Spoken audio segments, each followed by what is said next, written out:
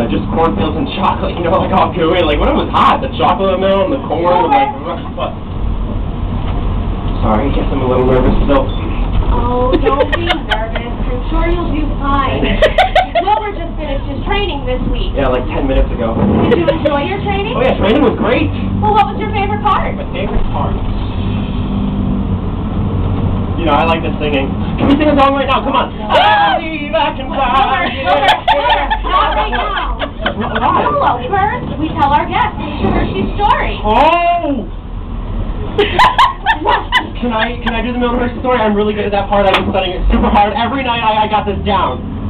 I don't know, Wilbur. Oh, come on, big guy Chucker. Do you guys think I can try it? Please, just give me a shot. Okay, Wilbur. Okay, go ahead. Okay. Milton Hershey. Milton Hershey was born in a house not too far from here in 1857. Yes. Then he learned to make candy. Oh, and then he made a lot of money. And then he died. That's it? What? That's all you have to say about Mr. Hershey. Well, I've covered the important parts, and now we can sing. If you're happy, you know, clap your hands. Wilbur, If you're happy, you know what? How long were you in training anyway? How long? Yeah. Can't remember exactly how long.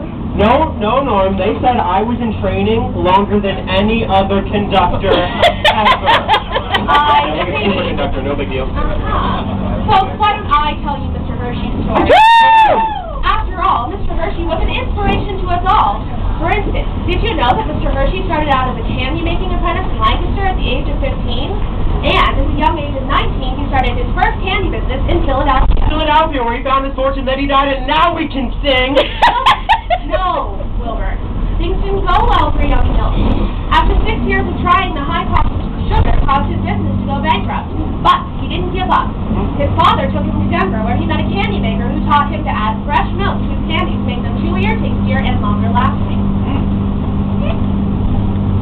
Soon Milton was off to Chicago to try again, but he failed again, and then again in New Orleans. Sugar bills? Apparently, but he didn't give up.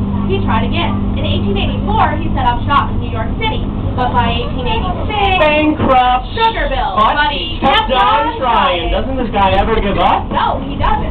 He returned to Lancaster determined to try one last time. He convinced his dear Aunt Martha to mortgage her house so that he could start the Lancaster Caramel Company. Whoa. Don't you mean Lancaster Chocolate Company? You know, like Hershey's Chocolate? No, Wilbur. Back in those days, chocolate wasn't known in the United States. Oh, no. How'd they live back then? What? Hey, Norm, how'd you live back then? What most people don't know is that Mr. Hershey's first start was in caramel, and his first success, too. Wait, what success? You said the guy failed 4 times. And he almost failed in Lancaster as well. But just days before the bank was coming to foreclose on Aunt Martha's house, he received a large order for his caramels from England, of all places. Really? And soon, more and more orders came in until he was completely out of debt. So, Mr. Hershey sold his now successful Lancaster Caramel Company for $1 million at the turn of the century. And the next thing you know, well, no, from there, he said to himself, no, move away from here. He said, there in church is a place I ought to be. So we moved to these cornfields and built a factory. Chocolate, that is. Oh, and look, it's the world's largest chocolate factory. Yeah! Woo! Yeah, but... And now on your left, you have your first view of the world's largest chocolate factory. Yeah, but you gotta say it so they'll be impressed. Okay, look, I just got out of training. This is how they taught us to it. The world's largest chocolate factory. I'm not impressed. Just make sure you guys do that every single time we say the world's largest chocolate factory. Oh, and this is really exciting, guys, because we are right underneath the wait for it.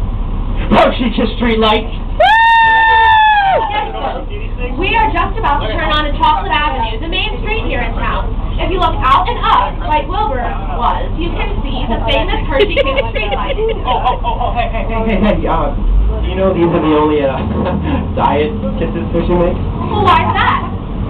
Well, they're made out of light chocolate.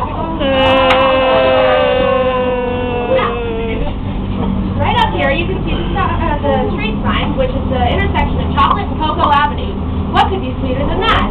And right here, you can see the community center that Mr. Hershey built for the town in 1932. Today, it's home to offices for the Hershey Company and the beautiful Broadway-style Hershey Theater. And on your left, you now have another nice